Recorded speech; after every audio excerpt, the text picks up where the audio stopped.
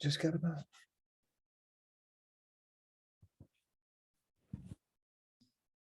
And I think that's 1 o'clock. That's great. Well, hi, everybody. I'm Lisa Kelly. I'm the Director of Digital Media here at Fisher House. And with me today, I have Brian Gawne, who is our VP of Community Relations and all things scholarship. So we're really excited. Our scholarships deadline is coming up for applications. And Brian's here to talk about all the things scholarship, how you can apply and what we're looking for. Terrific. Thanks, Lisa. To all those out there, my name is Brian Gawne. I've been with Fisher House Foundation since 2010 and manage our scholarship programs. We're going to talk about today our Scholarships for Military Children program, our Heroes Legacy Scholarship, scholarships for military spouses. We're going to talk about our online scholarship search engine, and then just some general tips and advice for applying for scholarships.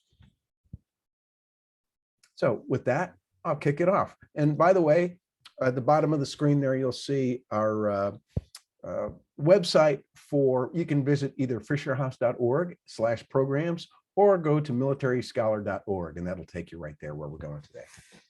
So first, Lisa, I'd like to talk about our Scholarships for Military Children program. Okay, this was our first scholarship program. It's a merit-based scholarship.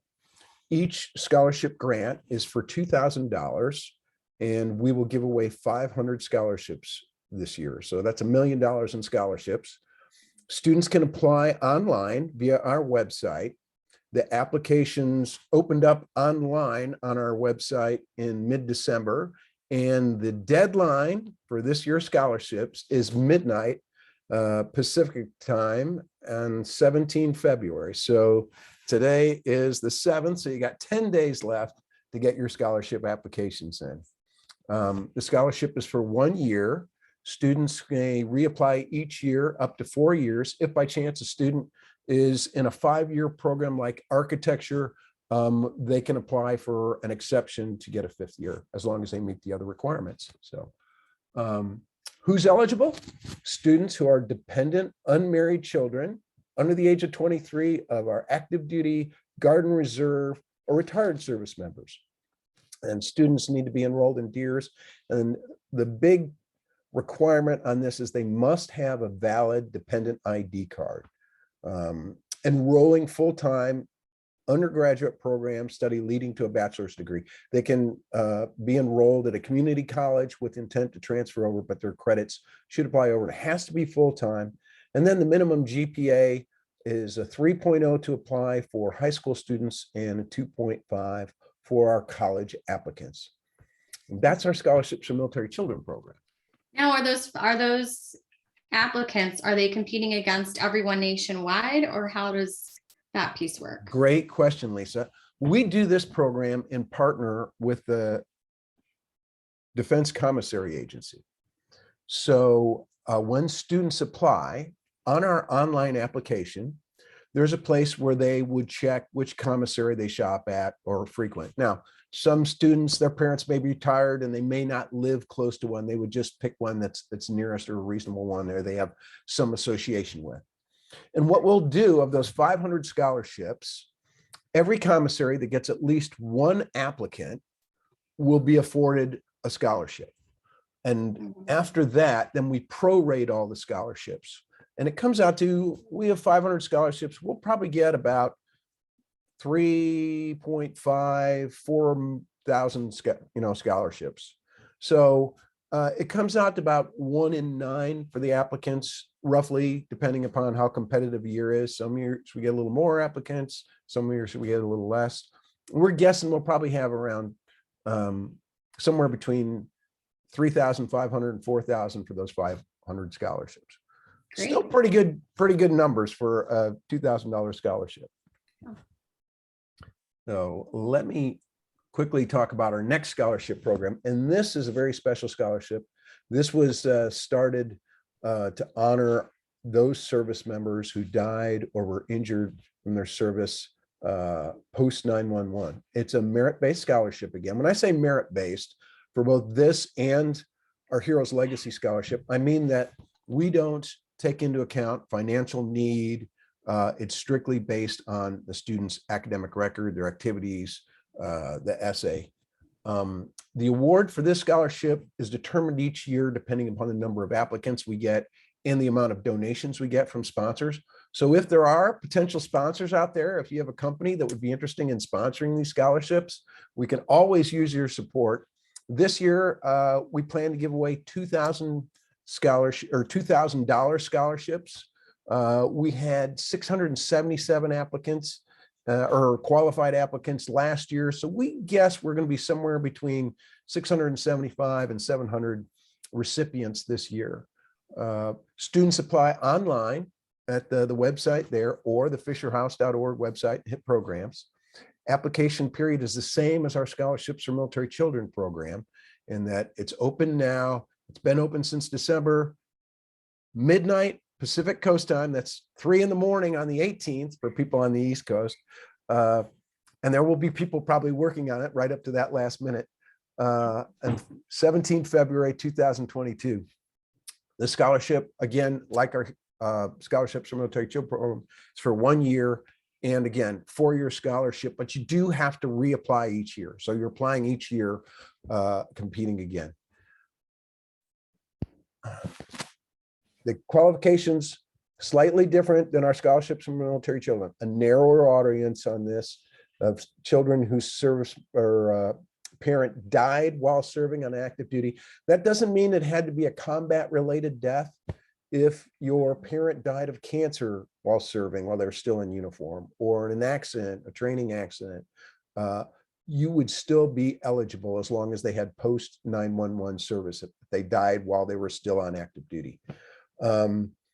Or the other eligibility is for those whose parent left the service and received 100% disability rating. You know, they served on or after 911 and received a 100% disability rating from the Department of Veteran Affairs. And lastly, there is a type of insurance for service members who are badly injured called Traumatic Servicemen's Group Life Insurance. That some cases, this is one where they want to get take care of an individual, say they had a very serious accident, but maybe it doesn't qualify for 100% disability rating, but still serious enough that we will take that into consideration well. So those are the 3 qualifying requirements for the program. Again, students must have a valid ID card. And one of the questions we get all the time is, well, what if I don't have, I qualify, but I don't have a valid ID card? And the answer is you got 10 days to go to the rapid sites and go to a local place and get your ID card, And some students say, well, why is that if I qualify? And part of that is we want you to be able to take advantage of the benefits of being a dependent. And one of those is access to the base, to be able to shop in the commissary, the exchange, and also because we want you to recognize the service your parent has made, that you can benefit from that. It's hard to be a military child with your parents deploying and doing things. We want you to have access of those benefits. Student, again, must be enrolled full-time in an undergraduate program that leads to a bachelor's degree. And then same GPA requirements as our Scholarships for Military Children program. So Lisa, next, I'm going to talk about a partnership we have with the National Military Family Association. A terrific organization. Let me just put in a pitch for NMFA.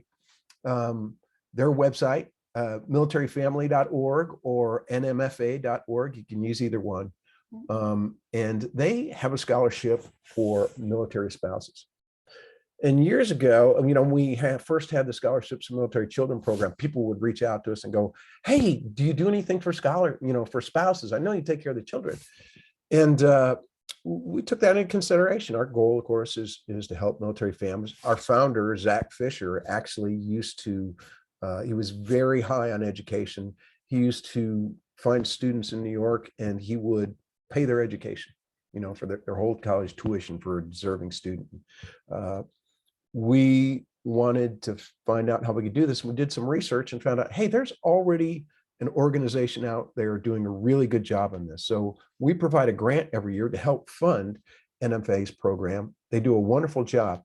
The really nice thing about NMFA's program for military spouses is that, you know, your average spouse, you know, Lisa, you're working from home right now with kids. If you're doing that, that's kind of hard to do, take classes full time, you know, a 12 or 15-hour credit for a semester.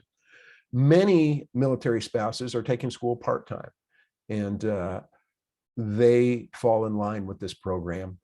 They not only that, not just students and taking colleges, but they'll help military spouses. Let's suppose you're a teacher or a nurse and you get licensure in a certain state. You know, people in the military move around. Okay, we're going to transfer from North Carolina to Texas and do my licenses transfer over. Well, one of the things this program will do will help pay for that licensure when a military spouse moves. That's amazing. They also help some spouses with startup business expenses, continuing educations, folks working on their higher level degrees, you know, either their GEDs or perhaps they're working on their master's or their PhD as well. So pretty great program.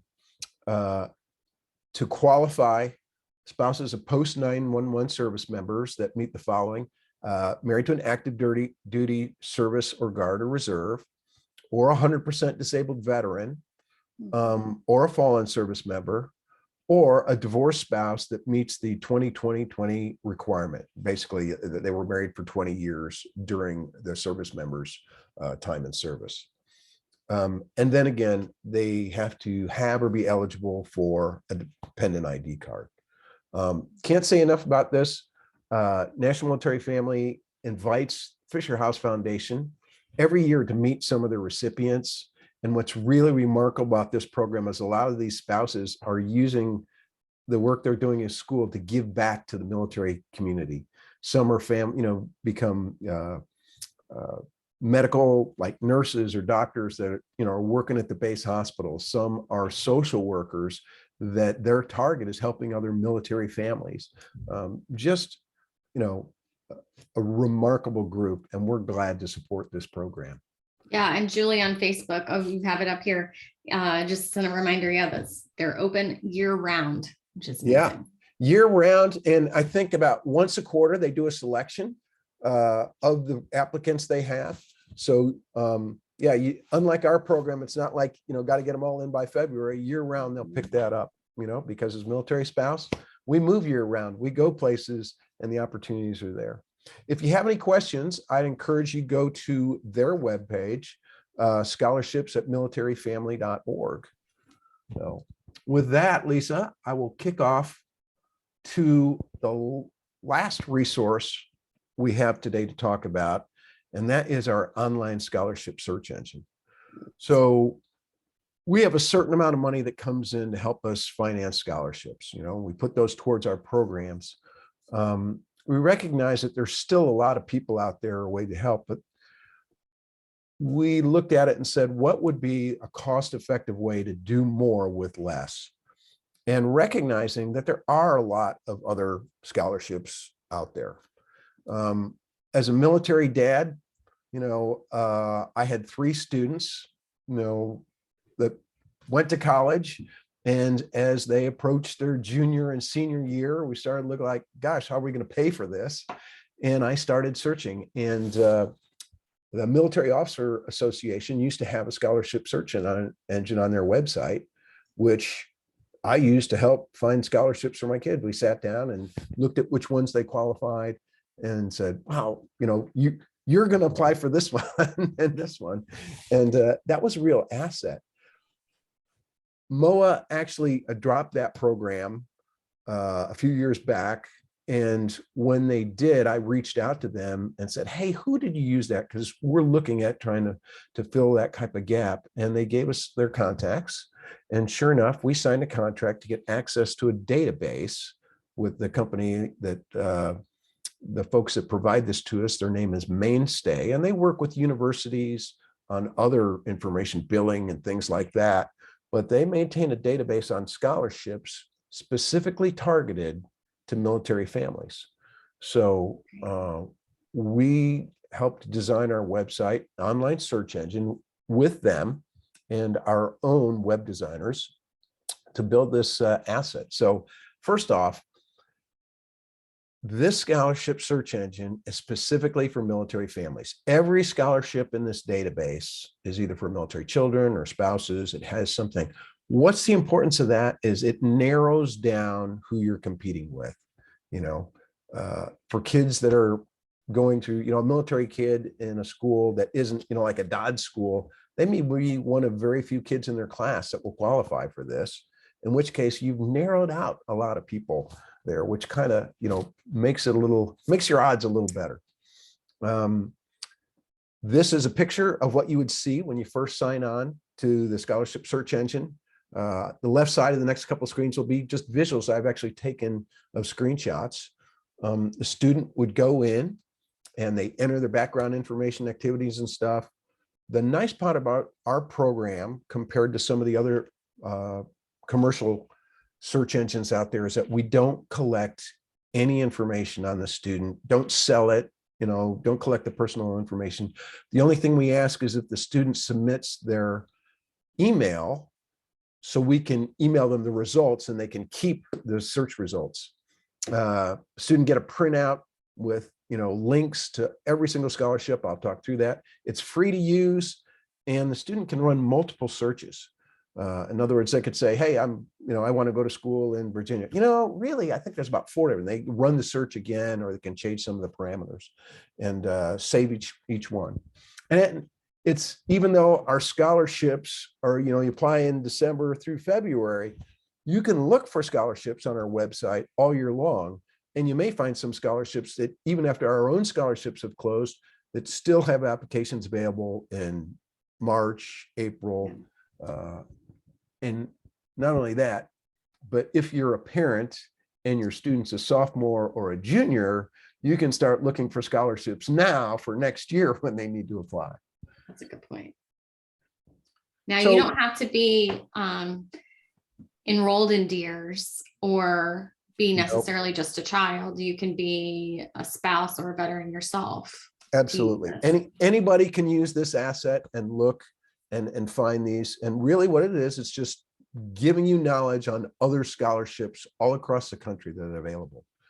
So when you click in that start button, it's going to give you these screens you'll see up there on the left. First, it's going to ask about your current education, what year you're in, what's your grade point average, little bit of personal information about yourself, then any groups or clubs you may belong to, because there may be scholarships that are targeted specifically for that demographic. What's your service affiliation? You know, your parents, are they Army, Navy, Air Force? Because there may be one specific scholarships for that. Activities, parents' occupation, maybe one parent is a firefighter or whatever, and there's something unique for military and firefighters, just trying to dig through all the different possibilities out there. And then what kind of school you're looking for. Are you looking at historically Black college, community college, a public or private? And then where do you want to go to school? And you can be very general on some of these. And as you fill them out, you'll see in the bottom right, see this little red check. As you select something, it'll put a little red check and it won't let you complete the application until you've done a red check. Now, some you don't, some of them, you can just click. Others, like, ethnicity, you don't have to answer that. You could just click none of the above, but you just need to get a little red click on each one. And then it's going to give you the numbers. Hey, your family service may qualify for you. 2 million. Now, I did a very broad general search on this, includes about everything. But what it's done is it's sifted through their database and said, based on when you told us, these are the scholarships we think you qualify for. So then what the student does is just click on the results button there, boom. And now it's going to show you exactly what those scholarships are. Congratulations. And here's a neat part about the search engine is that if you read this top, congrats on getting here. Pro tip, changing some of your attributes may yield surprising new scholarships. So if you said, hey, I want to go to school in Virginia, it may narrow those down. If I want to go to school anywhere, it may add other scholarships. So just doing a test search, I pulled this last night, And these were some of the scholarships that pulled up based on, I said, hey, I'm a Navy student. I want to go here, this state, whatever, military dependent.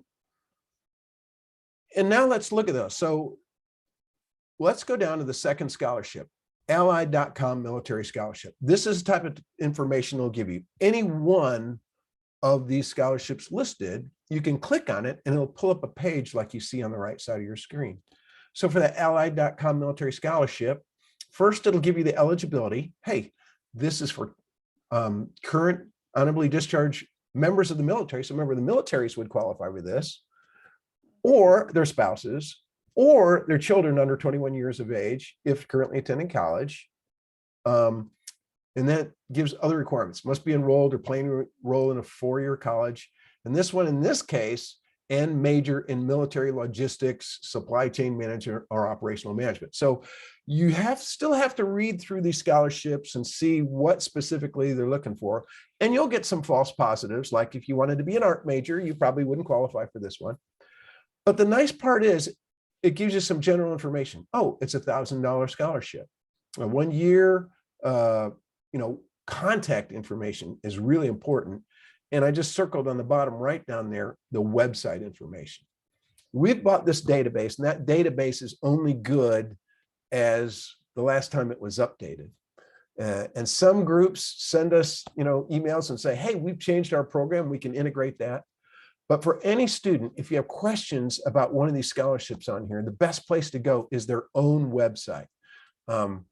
This is a nice overview. It gives you a general piece of it, but when you're going to apply, if I was going to apply for this allied.com military scholarship, I would go right to their website and make sure. It may have samples of it, updates, change the dates. On here, we just have September of each year. It may give you the exact minute, time, date of when it expires, so you don't miss it. But so imagine this was 308 results. So there's 308 scholarships that you could quickly look through these little pages and say, yep, that one's for me. Nope. Yep, that's a good one, and paw through. And when you put in your email address, you actually get that list sent to you. Yeah, you enter your email and it'll send it to you as a PDF file. And now, if you don't do that, you can do this and you write all the information down, but PDF file, type in, give your email, shows up in your inbox. Now you can take some time and paw through. You don't have to be online even. You can work on it later on. And again, if you have questions, now you can just pick to that page in the PDF file and go, okay, I want to learn about the Fleet Reserve Association scholarship, and just dig through that information there. So again, for the price we paid for this database, we probably could have done about 50 scholarships, but instead we're giving access to hundreds and hundreds of scholarships. So we thought this was a good investment. Absolutely. Lisa, now I'm just going to talk about some general scholarship advice for any student out there. So I talked a little bit about going on that page when it tells you all the information.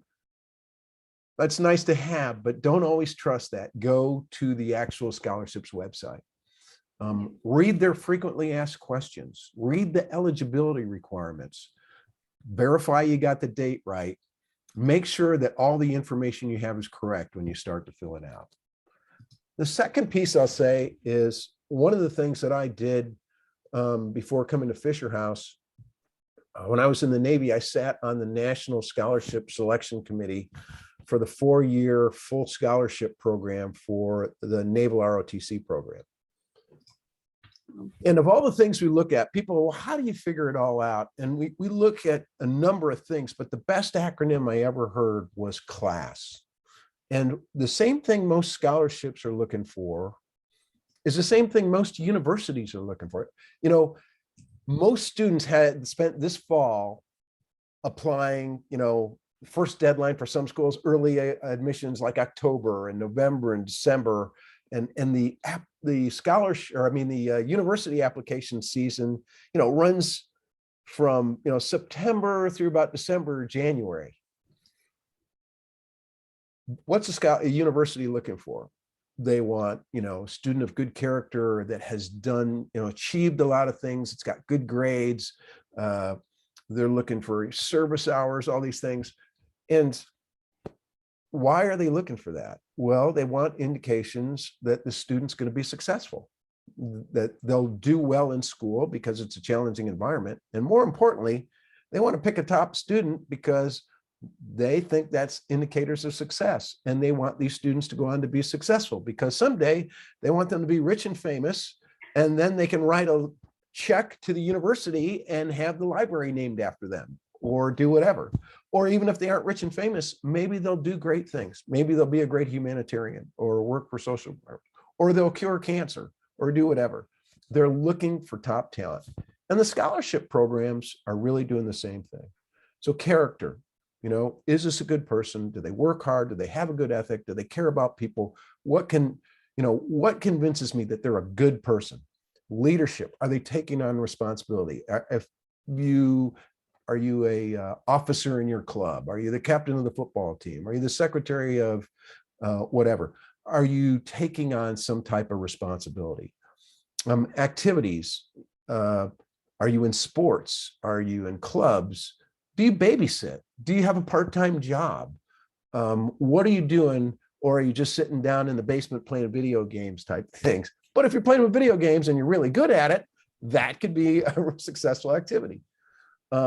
Service hours. The one really nice thing about this generation of students is service to others has just been a part of curriculum since they've been young. And some of the remarkable things of volunteerism and advocacy that our students are doing, document that.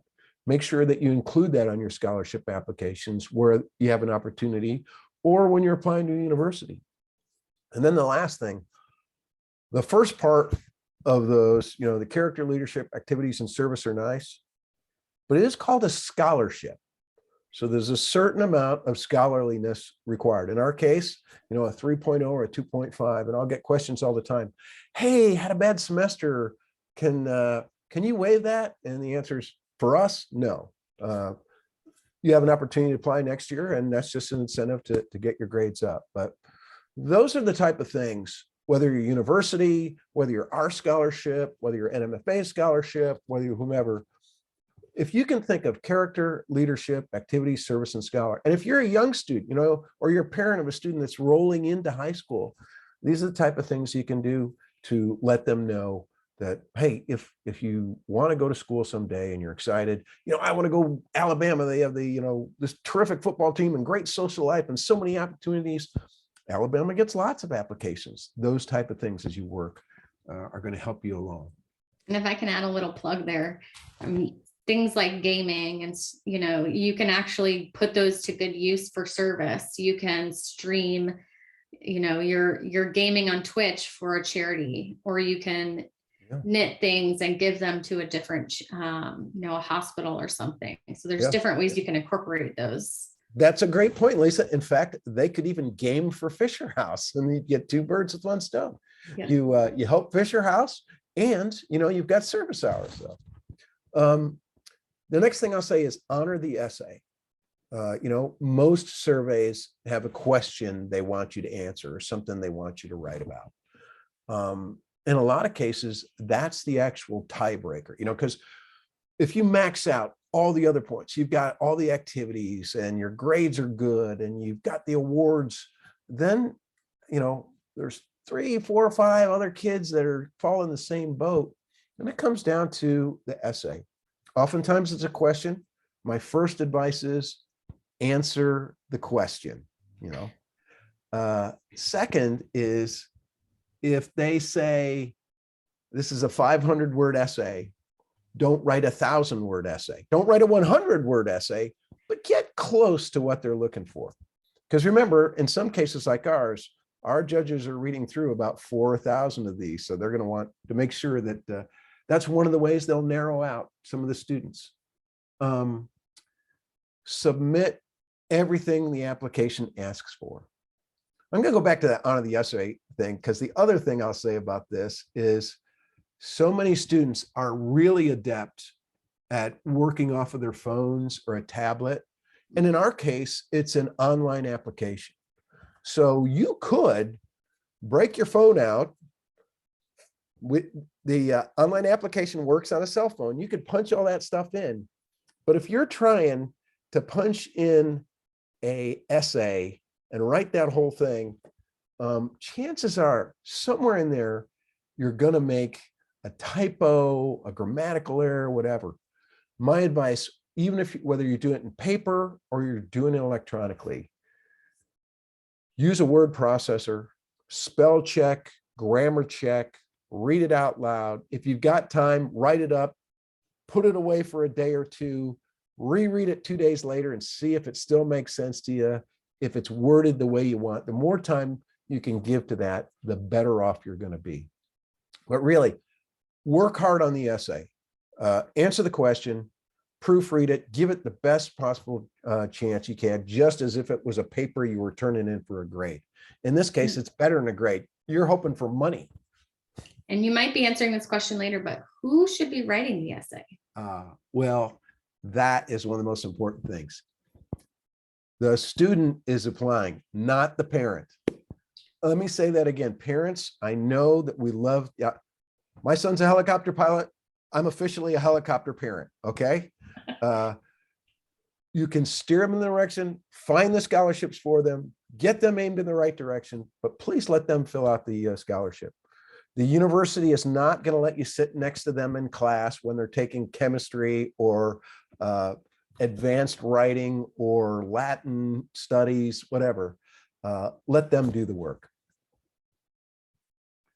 I mentioned submit everything the application asks for, because they're probably going to ask for transcripts, maybe SAT or ACT scores, letters of recommendation. If there isn't a checklist on their website, make one yourself and make sure you've got all the things that they ask for. Double check it before you put it in the mail and send it off. Never wait until the deadline to submit. Lisa, what happened to us 2 years ago? We had a little glitch and our Yeah. website went down. Yeah. And what day did our website go down? The deadline date. The deadline date. Yeah. The day that our scholarship closed out, we had a computer problem and students weren't able to apply. So all those students that waited to the last minute, our phone was ringing off the hook. Yeah. So if you're mailing it, we all know experienced mailing delays during COVID or during Christmas when we were mailing out Christmas cards and packages. And I will tell you, most of these scholarships are pretty firm about their dates because they want to be fair to the students that actually got it in on time. So don't wait to the deadline. If you can, get it off early. And I'm not saying that I wasn't one of those that my kid finished a scholarship and I had to drive it over to the house of whoever was accepting it on that day. You know, we all fall in that group. Increase your odds. When my kids were applying for scholarships, you know, I said to them, I said, hey, if I gave you $500 for an hour's worth of work, would you do it? They're like, yeah, Dad, absolutely. Okay. What if I said I'd give you $100 for an hour's worth of work? Would you still do it? Yeah. How about work with me? How about $50? If I gave you $50 for an hour's worth of work, we do it. Like, yeah. Okay. Here are 10 scholarships, each worth $500. If you win just one of those, it's probably each scholarship is probably going to take you an hour. You've got your test scores, you've got all the other stuff. So really, what are you doing? You're writing an essay. Write the essay, fold it all up, put it away. I want you to send out 10 scholarships. If you only get one, that's $500. You did 10 hours worth of work. That's $50 an hour. If you get all of them, you've got $500 an hour. So it's worth the time. If you think you've got a good resume and stuff's good, you know, you miss 100% of the shots you don't take. Only do as many as you think you can do a good job on, but look through that scholarship search engine, find out which ones are a good fit for you that you really qualify, and then target those. I would say, give yourself time to do it right. answer the question, correct number of words, spell check, grammar check, read it out loud, write it yourself. I'm just going to go back here. I mentioned it's usually the tiebreaker for competitive scholarships on that essay. The other thing is it's a chance to show personality. Will they remember? You know, what are they going to remember about you? They're going to see all your numbers and that stuff. But if you can do a powerful essay that gives a little tip about who you are, that sets you apart, that can be what puts you over the edge. So with this, if you're going to apply for 10 scholarships, it helps to actually have kind of a toolbox. I used to keep a 3-ring binder for each of my kids, and I put in document protectors, and they would, when they took their ACT tests, make copies, and they'd put them in there, and their SAT tests and their, you know, standardized test score, when their transcripts, because every scholarship, every university wants copies of your transcripts, get, you know, a couple extra copies of those. Some scholarships will let you send in copies instead of the original transcripts.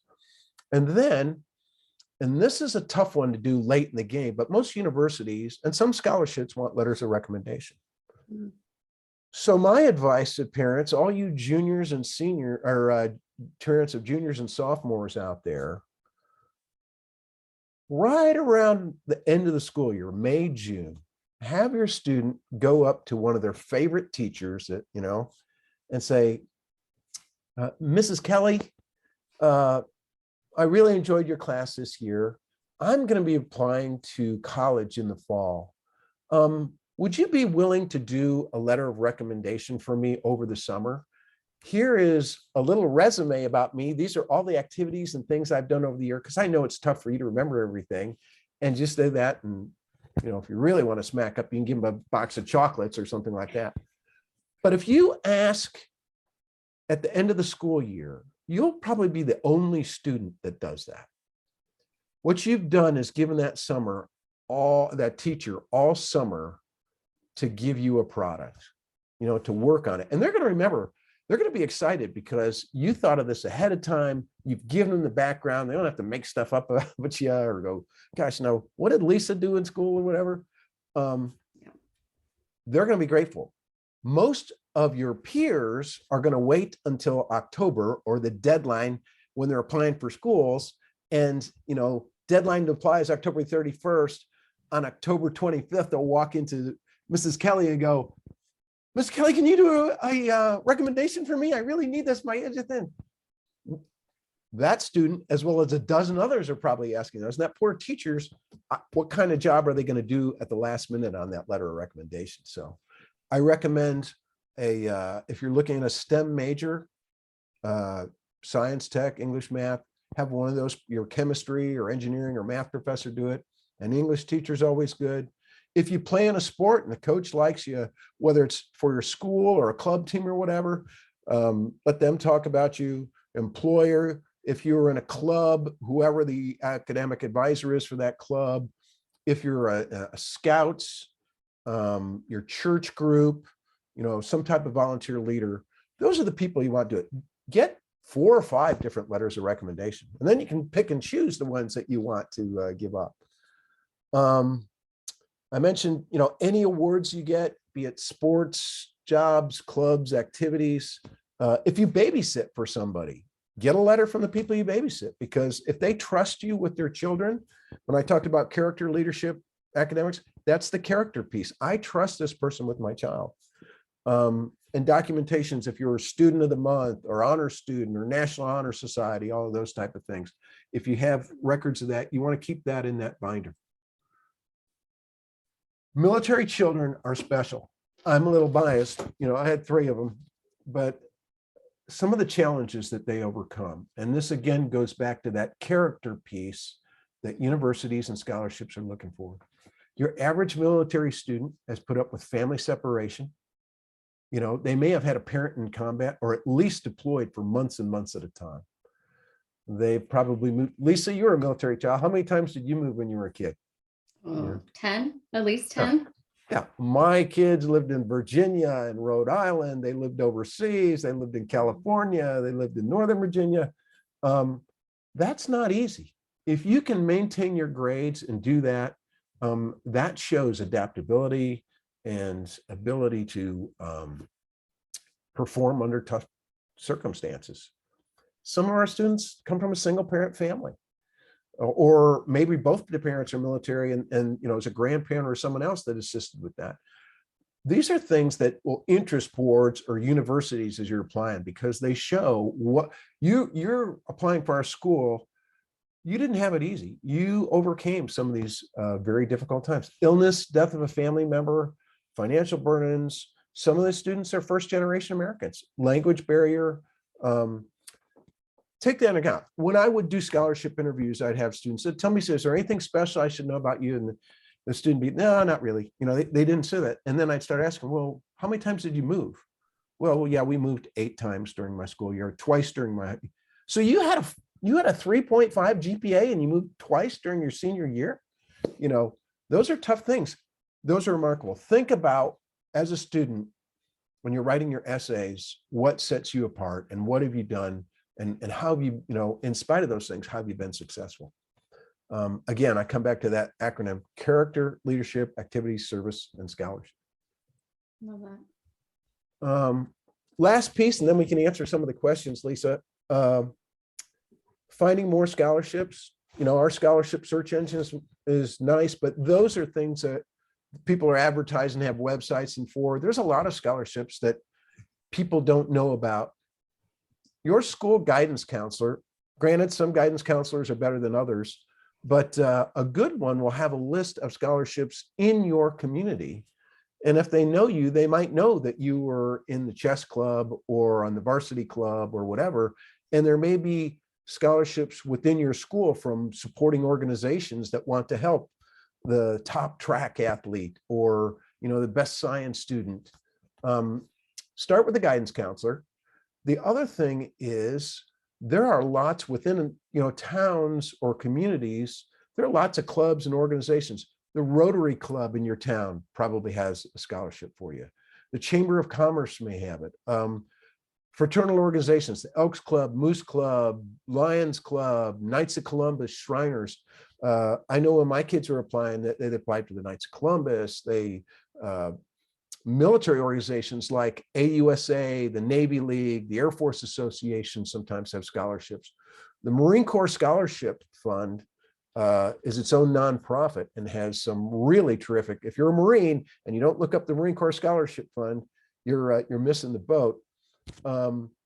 If you want to go to a certain university, let's say I lived in Pittsburgh, but wanted to go to Notre Dame, there may be a Notre Dame Alumni Association in Pittsburgh that has a scholarship from children from Pittsburgh that want to go to Notre Dame. And then posts, American Legion posts, VFWs oftentimes have scholarship for a local student who's going to college. And then, and if you're on a military base, a lot of the military spouse clubs will raise funds for scholarships for students. Check the eligibility, check what they're requiring, just like you do on the other sheet. Make sure you meet their requirements. But those are hidden scholarships that aren't going to show up on a search engine. But a lot of those are $100, $500, $1,000 scholarships.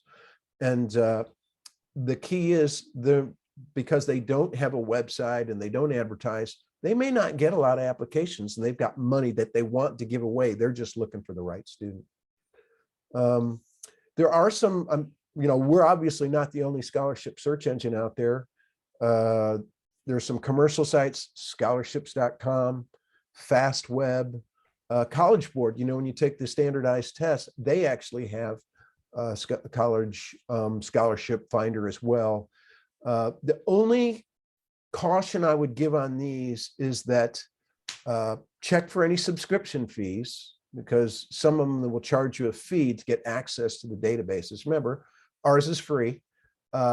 Second, read their privacy policies, because no free lunch. They may be, the information you give them about where you live and school and thing are things that they may be selling to other organizations for marketing purposes. Again, in our case, we don't keep any of that. Our goal is strictly to help you find other scholarships that are out there. That said, personally, I know my kids use some of those as well to supplement the other tools we had. Lisa, that's it. We can go to questions. Before we do, I just want to talk about some of our patriots out there, our partners. I mentioned National Military Family Association, the Marine Corps Scholarship Foundation. AUSA has scholarships. So if your parents in the Army and they're a member of AUSA, or in the Navy and the Navy League, Air Force Association, check with those. It may be worth your parent joining one of those clubs for a brief period. They may charge $25 and then you get a $500 scholarship when you're eligible to apply. I also want to talk about those students who lost a parent or are severely disabled. We're very proud to partner with the Tragedy Assistance Program for Survivors. And I will say that TAPS has the most comprehensive base of resources available to children of the fallen of any organization I know. In fact, if you've lost a parent in the service, I would call them, because not only do they have a list of scholarships, they could tell you state by state what resources they have available to supplement the aid that you've got to help you go to college. And that their educational assistance program was spearheaded by a Gold Star daughter who lost her father while she was in college, and then lost her mother while she was in college. And on her own, she had to go out and find resources like this. And she became an advocate. Ashlyn, wherever you are, God bless you. Today, they have a library of resources. Fallen Patriots, Thanks USA, the Johnny Mack Fund, Folds of Honor. If you fall into that category of either fallen or 100% disabled, I encourage you to look to those organizations. So there's a number. Do a web search and try and find those. Back to the questions. So we have a few questions. One is, if you're a student who's living overseas with your family, if you're stationed overseas, can you apply? Absolutely, you can apply. Still have to meet the deadline. Right. As long as you meet all our eligibility requirements, good to go. And I'll tell you, having lived overseas while I was in service, sometimes it's tough, particularly those students in particular. The earlier you can get that stuff, the better. You know, for a lot of schools, if you're going to a DOD school, but let's say you weren't, if you were going to a native school overseas, or even a private school overseas, like the international school system or that, sometimes it may or may not translate to the university you're going through. So you want to give your time. So if they have questions about the academics or resources, that they've got time for your school to give them what they need. That's a great point. Now, what happens if somebody ends up getting accepted to an academy, to one of the military academies? Great question. Our scholarships, Fisher House Foundation scholarships, are meant to cover tuition. And fees. So if they require lab fees or certain things like that, that's what we put it for. If your tuition is covered, which it is at the service academy, there's no tuition required. So the service, once you're accepted to a service academy, and having gone to the Naval Academy, I appreciate that. Congratulations, well done. But in that case, you'd no longer be eligible to the scholarship. We'd ask the student, let us know that they've accepted the appointment, in which case that frees up, because we'll give away for the scholarships for military children 500 scholarships. We normally get probably 10, 11 students each year, maybe more, that get accepted to service academy, send that.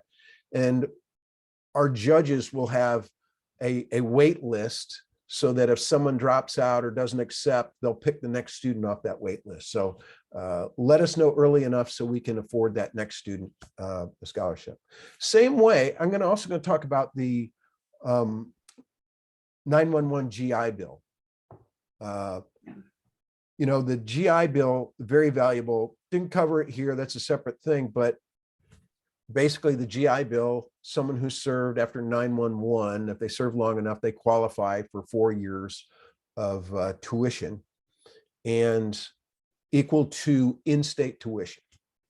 So I retired, I had the GI Bill. I could use that myself to go full-time to school, or as long as I designate before I retire, I could pass that on to my children or my spouse, and they could use it. Still only adds up to one scholarship. So I could either use it myself, or I could give it to one of my children, or I could give half to one and half to the other, or say, but you may be the GI Bill and not be able to cover all your tuition. If it does, if it covers all the tuition, again, you could use our scholarship, but here's my point to get across to students. Let's suppose you're going to a state university and their tuition is $10,000. GI Bill will pay $10,000. If you got a scholarship from us for $2,000, what they will do, the way the government works is they'll make the university take that $2,000 first, then they'll pay the difference. So students think, oh, well, I got 10,000, the government's going to cover up this. I get 2,000 Fisher House. I get $2,000 for me, or I can pay room and board. Not the way it works. So if you're on the GI Bill and everything's covered, then we would ask you to defer. When is the GI Bill not cover everything? If you had your parents said, Lisa, you get all of it for this year, it wouldn't cover it if you were going to a private school whose tuition was more than in-state, in which case you would be responsible for the gap. If you go to school in North Carolina, the in-state tuition might be $12,000, but you decide to go to Duke University, it might be $52,000, in which case you've got a $40,000 gap. You could definitely use our scholarship to help with that gap. Or the other case would be you go to a state school, but not in your state, because let's say Virginia will pay up to $20,000 or $15,000 in state, but you decide to go in Illinois, their state tuition is 13, you'd have a gap of a couple $1,000. That makes sense. The other thing for military families that are on the GI Bill is, look, many universities have said, hey, we'll participate in the government's yellow ribbon program. In which case, if the tuition is higher than the in-state tuition, a private school, let's say you wanted to go to Vanderbilt and the in-state tuition was $20,000, but their tuition's, $50,000, got a $30,000 gap. Some universities say, you know what, we'll pay that half of that difference, and the government will match that other difference. So if you're doing the GI Bill, going to a private school or out of state, I recommend you look at the yellow ribbon program and see if their school participates in it. That's a great point. Yeah, because that's a great program. If somebody applied last year and didn't get in, can they apply again? Absolutely. My only advice is sweeten your package up. Hopefully your grades went up. You may have just been a really competitive last year. It's tough in high school. A lot of scholarship programs are primarily for that high school senior graduating, going to college. And, most people can play 3 sports and be the captain of a club or whatever when they're in high school. When you get to college, it's a little different. You don't find 3-sport athletes in that. So the number of activities lots of times shrinks while you're in college. Our judges do take that into account when they figure that, a college student versus a high school student. That's great. I think those are all the questions that we have. So awesome. It's been great. This has been really helpful. And I think that'll be really helpful for people there's a lot of great information about just applying for scholarships in general. Yeah, like I say, February 17th, Yep. midnight, California time, our scholarships close out. After that deadline, go to our scholarship search engine. You continue to look. If you're a parent of a student who's a rising senior or rising junior, whatever, go back, watch this again, start thinking about that toolbox to get your little resume built up for your student when they head off to college. So when they get to that, hey, I need to apply for universities or scholarships, that you've got all that there. And that's just a good lesson learned. Look all over. There are scholarships hidden out there. The toughest part is finding them. You've done the work, you've pressed hard. help yourself out. You know, the last piece I'll say is just about going to college. You know, it's a big investment. And every year we get calls from families that everyone's focused on getting into college, you know, and don't always take that financial piece or whatever. You know, you fill out the federal aid forms, the FAFSA forms as you're going through all this, but it's more about, do I get into the school? Can I get there? Whatever. Take a long and hard look at what it's going to cost to go to school, and make it worth it. You know, don't, you know, if you're a parent, I always say, even if you could pay for all of your students' education, I would say make them pay for a piece of it, you know, just so they have some ownership in it, whether it's via scholarship or, you know, they agree that afterwards they'll help, you know, pay the tuition, but make sure your student is invested in their own education. The last thing I would say about picking out a school is spend some time in picking out a school, visit it. I know it may cost money to travel and go see it, but this is where, if you're going to spend $25,000 a year in tuition or room and board and those type of things, visit school, look around. Do I like the campus? Do I get the feel? When I see the other students, do I see myself? You know, sit in on a class. They have terrific programs, and you go visit a university. And so that when you walk in, you know, that first day of school, you know you're in the right place. Because the real challenge is there's a lot of students, you know, the parents think, oh, our work is done here. You know, they're accepted to school. In 4 years, they'll graduate and we'll be done and moving on. A lot of students may graduate in 4 years, but they may wind up changing schools, or it may take them 5 or 6 years, or they may just hit a brick wall. Set yourself up for success. Make sure that you're where you need to be. Well, that's wonderful. Thank you so much for taking the time, Brian, and thanks to everybody for tuning in.